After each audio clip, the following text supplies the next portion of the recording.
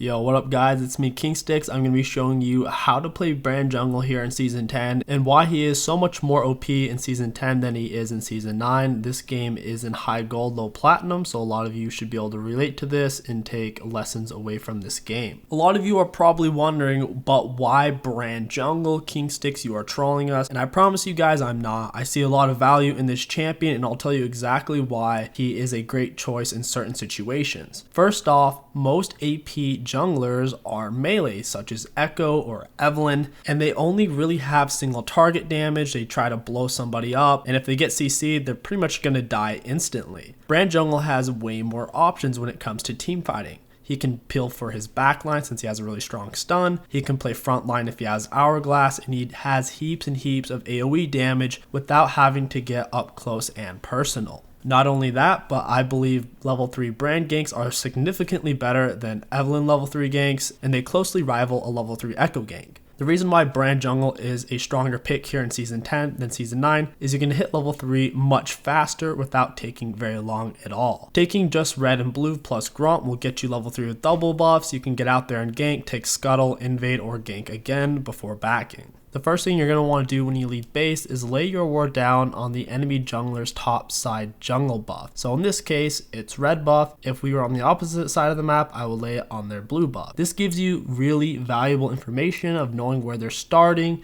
and in general where they're pathing to or where they're not. You're going to want to lay it no earlier than 140 and lay it anywhere from 140 to 155 and then recall and get your Oracle Lens. This is super important. That way when you're going in for those level 3 ganks, you can activate your Oracle Lens and feel really confident about the enemies not knowing that you're there. That way you can go in with 100% commitment or just break the ward and pull off. Preferably start with your bot lane to get the best leash possible and always start Q. It does more damage than any of Brand's other spells at level 1 and has the lowest cooldown as well. Make sure to be moving as much as possible and hitting the buff with non-stop auto attacks. On the way to your next camp, feel free to hit an AoE camp with your W to heal up. The healing burn from your Hunter's Talisman will actually give you back a lot of health. If I was half health there and hit the Raptor camp, I would have been pretty much full HP.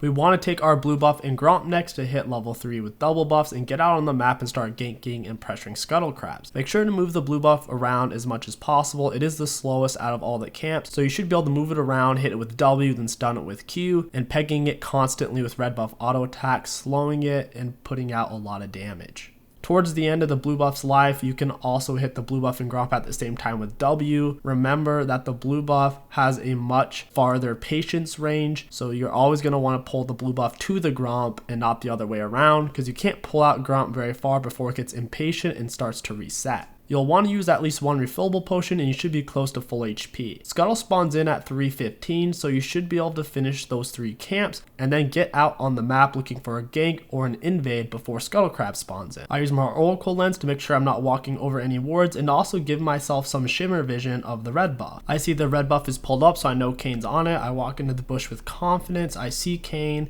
I'm first going to hit him with my E since it's point and click, then I'm going to Q him point blank range. He's pinned up against the wall, he can't dodge it. While he's stunned, I hit him with W for maximum damage, and then I smite his red buff to take it. I'm going to stay on top of him with my red buff auto attacks. He does end up just barely getting away, but I did get his red buff and now I can move on to his golems and raptors. Here I mess up on the red buff. I accidentally hit the little golem with my Q first instead of the big one, so I don't get my 3-stack passive off on the big one. For those of you wondering why I would Q first, your W does 25% more damage whenever you hit an enemy that already has your passive on them. So I was trying to Q the big one, then I was going to E the big one to spread it and then hit with my W for maximum damage. I wasn't too worried about the stun because I'm pretty much full HP anyways. Kane's raptors are gone and Yasuo is shoved up, so I'm looking to gank him instead of going for the double scuttle crab. He's so low on HP, I just need to close the distance. I immediately E, then go in for the auto. He flashes to dodge my Q and my W, then he goes on to me out of desperation and we pick him off. Moving on to scuttle crab, EQW for maximum damage. Something really cool about Brand is he can take scuttle faster than most champions, and while he's taking it, he's relatively safe since he doesn't have to stay in melee on top of it. He can have relatively solid position. I don't want to cross over for the other scuttle crab. I figure Kane would be there and I'm sitting on a fair amount of gold. I want to back at my blue spite and my boots.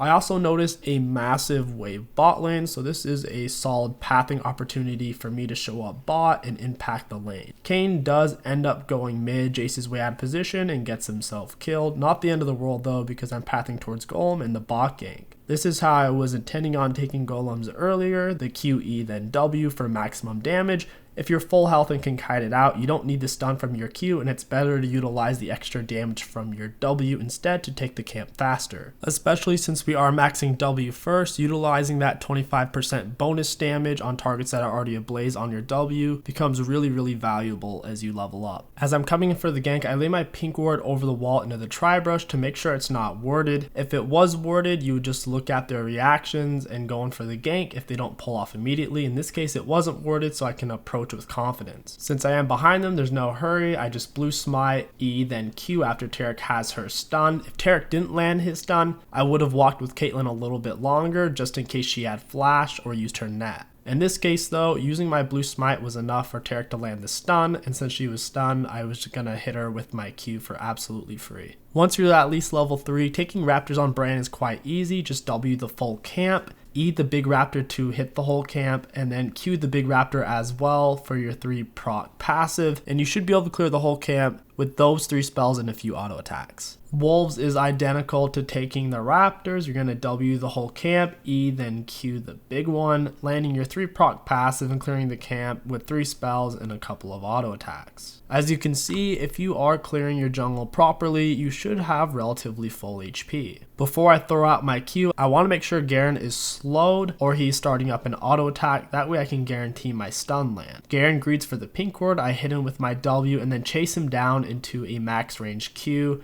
Garen ends up flashing away, but me and Jace chase him down and secure the kill. The enemies are going to Infernal, seeing that me and Jace are both top lane, so I want to get to my red buff before Kayn snatches it after Infernal Drake. From the way Yasuo was pathing, it doesn't look like Kayn is going to go for my red buff. My bot lane is starting to shove up, and so is Darius, so my only real gank opportunity right now is the Yasuo. I'm going to path straight to my blue buff, secure it, and then take the Scuttle Crab, which gives you quite a bit of mana when you kill it. Yasuo is still shoved up, so I'm going to run up behind him with my Oracle Lens on and play it slow since once again I am behind him. I blue smite, E, stay on top, I still have my Q, which I missed, drop the ultimate, and then W as he turns around to Q.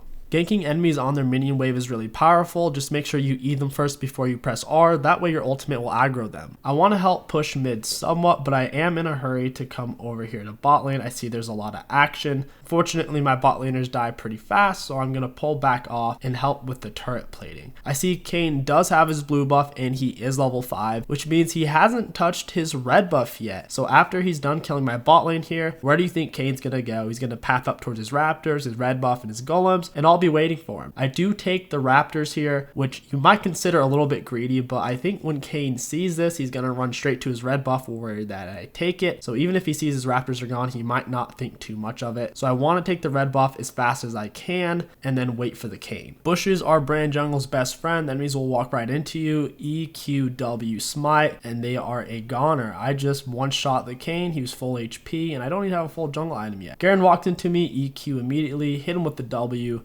tick off about half his HP. I'm autoing him under the turret. I wait to use my Q here because I want to change my angling to pin him between the turret and the wall. After I've slowed with my auto attacks and have him pinned, I nail him with a QEW, landing another full passive proc. Darius didn't close in, and I wasn't keeping good enough tabs on Yasuo, so I end up dying. One of Brand's biggest weaknesses, if you're going to be going in for really aggressive plays, make sure you know where the enemies are on the map first, otherwise you'll find yourself in situations like these. After defend turret here, I secure the cannon minion. Yasuo's trying to juke Q, so I just hit him with an E, auto attack him, and then just keep farming the minions. No reason to chase a kill when you can push the enemy away and still get all of the minions. Brand Jungle was a really good pick against the enemy team. They have 3 melee champions, which Brand is especially good at beating. It makes it really easy for him to land his stun, get really high value out of his W and ultimate AoE. And once he has Rylaia's, he turns into an AoE Nasus Wither just off of 1 W or 1 ultimate bounce, or even just 1 passive explosion. It's kind of crazy.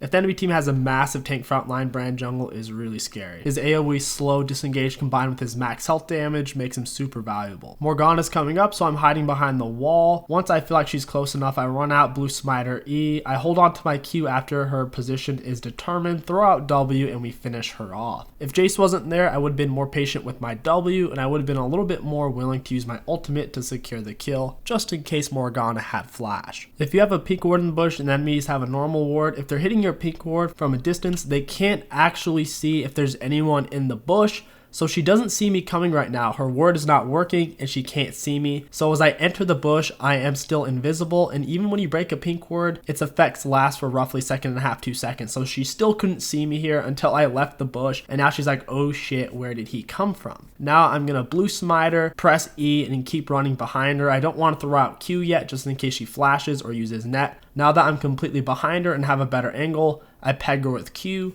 while she's stunned, hit her with W, and secure the kill. Dragon's coming up soon, and once again Yasuo's out of position, so I figure I can get off a quick gank to secure dragon pressure. It's the same thing. I'm gonna run up, press E, and hold on to my Q for a little bit until he burns his wind wall. Right after coming out of Yasuo, I peg with my Q and stay on top of him with my auto attacks. Heimerdinger did kill steal me, but it's not the end of the world because we're going to get Dragon anyways. Kane's blue's coming up, so I want to pressure that. There's a high chance Kane's going to be there though because his other buff isn't up. Plus I haven't seen him in a bit. Sure enough, he shows up, so I need pressure from my bot lane because I see Morg leaving bot to come get me. So I'm hanging off near the back. I am looking for a fight though because I have ultimate and stopwatch. I hit the Morg, hit the Kane, drop the ultimate. Kane is super low on health. He can't do a whole lot at this point. My bot lane does a great job of picking off the enemy Caitlyn, who greeted and stayed while Morgana left to help her Kane. I activate my sweeper to take control of the area, and I know Yasuo is on his way, so I want to get in a defensive position. If he goes for this pink ward, I'm going to blast him with my W. I peg him with E, throw out a Q, and it misses. He can't really stay though because there's just too many of us. Jace does take the blue, even though I really wanted it.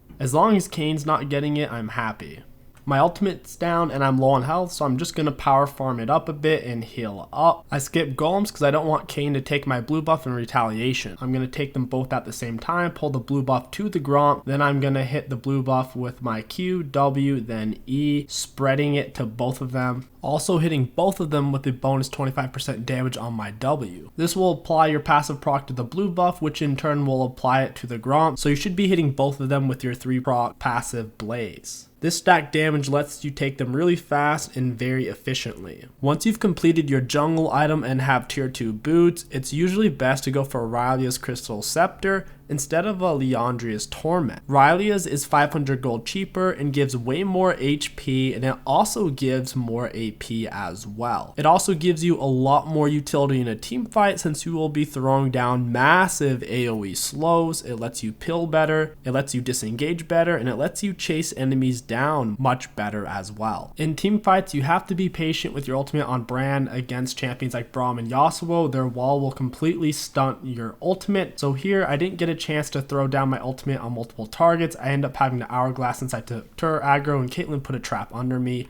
Not an ideal fight by any means. In the mid-late game, you should be looking for heavy team fights or an enemy out of position. Here, they don't know it's warded. Morgana gets stunned. I drop the W, throw out my Q after she's determined her location, toss out my ultimate just in case the enemies want to try to save her, and we pick up the kill on Morgana. Now that it's a 5v4, we can comfortably take a team fight, and it doesn't matter that my ultimate's on cooldown since it is a 5v4 now, plus my ultimate cooldown is relatively low. It'll be up in less than a minute. Right now, we're looking for another pick since Dragon's going to be up in roughly 40 seconds. We want to be able to secure it with relatively little resistance. The enemies aren't pushing up very far and they're not willing to take a team fight while Morgana's dead. That's good on them. We are, however, shoving up mid lane and bot lane, which is going to allow us to take Dragon before the enemy team can react very quickly. Caitlyn oversteps, I land the stun, throw out my E, I get my passive proc, and she's burned to death. Tarek gets off a great ultimate and the enemies don't want to engage since we already picked off the Caitlyn and Morgana. If they did re-engage, they'd have my ultimate as a nasty surprise. I really loved this fight because it was a great example of just how strong of a defensive champion Brand can be. With Caitlyn overstepping just a little bit, we one-shot her with just 3 abilities, and it put the enemies in a really bad situation since my passive AoE explosion is an AoE slow to where they can't re-engage, and at the same time it makes it difficult for them to run away. As 2 of them are dead, they're greedily trying to defend. Yasuo was out of position. I have a terrible flash, but I follow him up. He gets pinned between his turret and Nexus, has nowhere to run, making it an easy W for me. As Garen chases up, I play it safe. I drop my E on him. The Riley slow is huge. I also blue smite him just to play it extra safe since he's a very fast champion. Next, I'm going to help my teammate break the inhibitor before we pull off because I am out of mana. Of course, we pick up the dragon, and in between fights, in between taking objectives and waiting on my teammates, I am of course power farming. No reason to be wasting gold and free experience. I have opted to go for Hourglass second item since I had the free stopwatch anyways. It was a really great value buy. Plus, our team doesn't have an amazing front line either, so having the Hourglass gives our team a lot of artificial tankiness and will allow me to stay alive for the duration of the fight, dropping in massive damage. I saw the enemies use the vision plant. I knew there was a good chance Morg would come over here and try to break it. 𝐒𝐿𝐃 saw the same thing and was waiting in the bush and set up an easy stun combo. In the late game, most of your picks on the enemy team will be against the enemy support because they'll get caught out trying to ward without backup or trying to break wards without backup. Whether you get Liandry's before or after your Hourglass, it doesn't matter too much as long as you get it. It's a massive power spike, and then of course for your last item you can either go for the Rabadon or for a Void Staff if the enemy team is stacking a bunch of magic resist. In team fights on Brand, you want to make sure your spells are up. If your spells are down, you're completely useless and you'll get very little value. In this case, we started Baron before we had a pick on the enemy team. It wasn't very good timing on our parts. Me and Kayn are the same level, so it's an equal chance of smite. 𝐒𝐿𝐃 does a really bad flash stun combo, and then Kayn comes in with a really good smite. If you slow it down, you can see he smited it literally frame for frame, him being level 14 with an 800 smite. Jace ends up TPing in way too late. He should have just stayed and pushed the turret, and we end up losing the fight. This was a really good example of why you don't try to take Baron while all the enemies are alive. For those of you paying attention, you will have noticed Morgana was technically dead when we started Baron. The issue is, since Jace wasn't there, it was basically a 4v4 anyways, therefore all the enemies were basically alive. We already have mid inhib, so we're going to shove up top lane and wait in this bush for a pick. We've already cleared out vision, so we know they don't know we're here. I hit him with the E, 𝐒𝐿𝐃 stun lands, and I stun out of 𝐒𝐿𝐃 stun with my W on top. Toss down my ultimate, creaming the Kayn and Garen, and Kayn does end up slipping away from me, but my slow keeps him disabled just enough for my teammates to pick him off. Taking fights out of bushes on Brand is huge. This was a really good fight for us. Another thing was, since Yasuo wasn't there, it allowed me to use my ultimate very freely without having to worry about his wind wall extinguishing my ult. When it comes to sieging enemies under tower, Brand is pretty good at it. A max range W has more range than even Caitlyn, so if she steps up too far, she'll lose about half her health from 1 W, and if she's already missing a little bit of HP, you'll nearly kill her with just 1 W because of your Dark Harvest. This fight set us up to take the Wind Dragon Soul, and we also got mid inhib off of it as well when we picked the Garen and Kayn jungle off near their red buff. It's the same situation all over again. We already have their mid inhibitor, so we're shoving up top while me and 𝐒𝐿𝐃 push into their jungle, clearing vision, waiting for an enemy to be out of position. EQ the Kayn, then drop W on top with an ultimate, trying to do as much damage as possible. The enemies are following up. I drop in a W, and now I'm going to stay near the back line. Every spell I land on the enemies is slowing them dramatically, so if I hit them with a single spell with my passive burn, they're pretty much not going to be able to get away from my teammates. So if I hit Yasuo with an E, Morgana with a Q, they're either going to kill us or we're going to kill them because they're not getting away at that point. Garen's out of position. I EQ W on top. He's getting permaslowed here. Peg him with another Q, E, W on top, and as you can see guys, Brand late game in team fights is so much better than an Evelynn or an Echo. Since he has that range advantage, he can peel, he can play frontline with Hourglass. I mean, 1 good ultimate or 1 W and the team fight's just over. And if the enemy team is stacking up a bunch of tanks, just get a Void Staff and you'll shred right through them with your max % health damage. And that's going to wrap up this Brand jungle guide for season 10. I hope you guys enjoyed it, and I really do think you should give Brand jungle a chance as long as the comps call for it. If you enjoyed this video, don't forget to like, comment, and subscribe. My name is KingStix. Thank you for watching, and I'll catch you guys next time. so bright, it's hard to breathe, but that's alright. Hush.